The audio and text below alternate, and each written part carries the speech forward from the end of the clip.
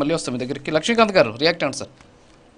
Sir Suresh గారు ప్రశ్నల వర్షం గబా గబా గబా గబా అసలు మామూలు గుప్పించట్లేదు. ఆయన జనసేనలో ఉన్నప్పుడు కూడా ఎంత ఇదిగా లేదు, కానీ మరి వైఎస్ఆర్సీపీకి వెళ్ళిపోయిన తర్వాత మరి ఆయన ఎట్లాగా ఇదైపోయారంటే చాలా చేంజ్ అయిపోయింది. కాదు జగన్మోహన్ రెడ్డి హయాంలో 4,000 రూపాయలు, నేను అధికారంలోకి రాగానే 4,000 రూపాయలు ఆయన ఇస్తా అన్న మాట నిలబెట్టుకోకుండా పెన్షన్కి 3,250, 3,500, 3,750 ఇచ్చుకుంటూ వెళ్ళారండి. ఇవాళ రోజున మేము వాళ్ళు వాలంటీర్లను పెట్టుకొని వాళ్ళు చేసింది కరెక్ట్ అని అంటున్నాం మేము. కానీ వీళ్ళు ఇప్పుడు చేసిన విపత్తు అనేది మనం మాట్లాడుకుంటే రాష్ట్రాన్ని వీళ్ళు పథకాలు, నేను అదే సార్ నేను స్టార్టింగ్లో కూడా మీరు నాకు అవకాశం ఇచ్చినప్పుడు కూడా నేను చెప్పింది అదే, కేవలం పథకాల పట్ల అవగాహన ఉండే పథకాల మీదే మాట్లాడుతున్నారు కానీ రాష్ట్ర అభివృద్ధి గురించి వీళ్ళు ఇప్పటికి కూడా మాట్లాడట్లా. సార్ 2023-24 టైంలో 5,22,962 మెట్రిక్ టన్నులు వీళ్ళు తీసుకున్నారు సార్ ఖరీఫ్ సీజన్లో రైతుల దగ్గర నుంచి. కానీ వాళ్ళ రోజున కూటమి ప్రభుత్వం వచ్చిన తర్వాత 14,10,441 మెట్రిక్ టన్నులు కూటమి ప్రభుత్వం రైతుల దగ్గర నుంచి తీసుకుంటుంది సార్. ఇది ఒకటి గుర్తుపెట్టుకోవాలి. ఇట్లాంటివి కూడా రైతన్నలకు కూడా మేము న్యాయం చేయట్లేదంటే నేను అదే అన్నా, వీళ్ళదంతా టోటల్గా డైవర్షన్ పాలిటిక్స్. ఫస్ట్ రైతుల పక్షాన మాట్లాడుతున్నాం అని చెప్పేసి రోడ్డు మీద మామిడికాయలు కూడా చేసి రైతుకి కన్నీరు మిగిల్చారు. తర్వాత వీళ్ళు పీపీపీ విధానం అన్నారు. ఏం చేశారు? దాన్ని కూడా ఏం చేయలేకపోయారు.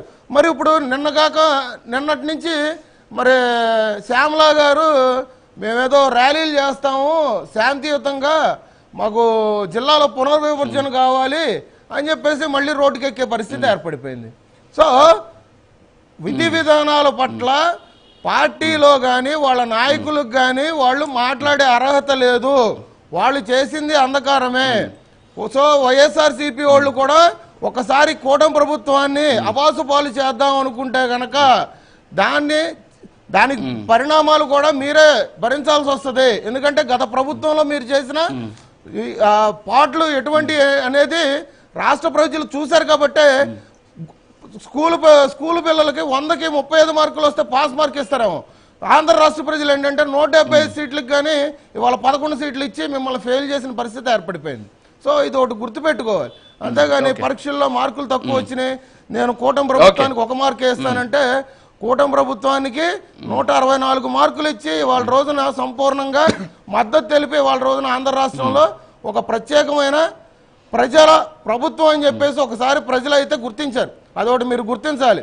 కానీ మీరు చేసిన గాడిపడేసిన ఆంధ్ర రాష్ట్రాన్ని వాళ్ళ రోజున కొన్ని పథకాల ప్రకారంగా, లేదంటే 3 పార్టీలు కలవడం వల్ల కొంచెం మాకు నాయకత్వ లోపం వల్ల మేము ఒప్పుకుంటున్నాం. ఇవాళ డిబేట్లో నేనే ఓపెన్ చెప్తున్నానండి, ఇటు టీడీపీ కానీ ఇటు జనసేన కానీ ఆధిపత్య లోపం కానీ ఏదన్నా కానీ అటు పక్కన నియోజకవర్గాల్లో ఉన్నటువంటి నాయకుల పట్ల కానీ కొంత అయితే జాప్యం జరుగుతుంది. ఆ విషయంలో నేను ఒప్పుకుంటున్నా. కానీ ప్రజల పక్షాన మాత్రం పార్టీగా చూసుకోండి.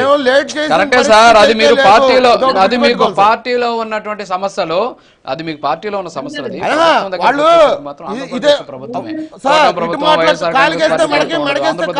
మాట్లాడతారు సార్, నేను ఎందుకంటే నేను ఒప్పుకోవాలి. ఓకే ఓకే, నేను అది పరిస్థితి. ఓకే ఓకే, వినీల్ గారు మాట్లాడండి మేడం. రాజు గారు కాస్త నాకు టైం ఇవ్వండి. మధ్యన నేను ఒక మహిళని అడుగుతున్నప్పుడు రిజర్వేషన్ కోట కింద టైం కొంచెం ఎక్కువ ఇవ్వండి. అయితే మార్కుల గురించి ఈ మార్కుల్లో కూడా ఏంటంటే ప్రజలు 11 మార్కులు ఇచ్చి ప్రతిపక్షం తీసేసింది కూడా ప్రజలు ఇవ్వాలండి తీర్పులు. మీరు నేను ఇచ్చుకుంటే సరిపోదు, పార్టీలు ఇచ్చుకుంటే కాదు తీర్పు, ప్రజలు ఇవ్వాలి. మిమ్మల్ని 1 మార్క్ ఇచ్చి ఫెయిల్ చేసింది ప్రజలు. ఆ మార్కుల గురించి మీరు అనాలిసిస్ చేసుకోండి, బాగుంటది. అలానే మేము పోరాటాలు చేసేసాము, మీ పథకాలు అమలు అవుతున్నాయి అంటే మా పోరాటాల వల్లే అంటున్నారు. మరి ఈ పోరాటాలు చేసేవాళ్ళు మీరు అసెంబ్లీకి రండి. జగన్మోహన్ రెడ్డి గారికి ప్రజలు ఆయన ఎమ్మెల్యే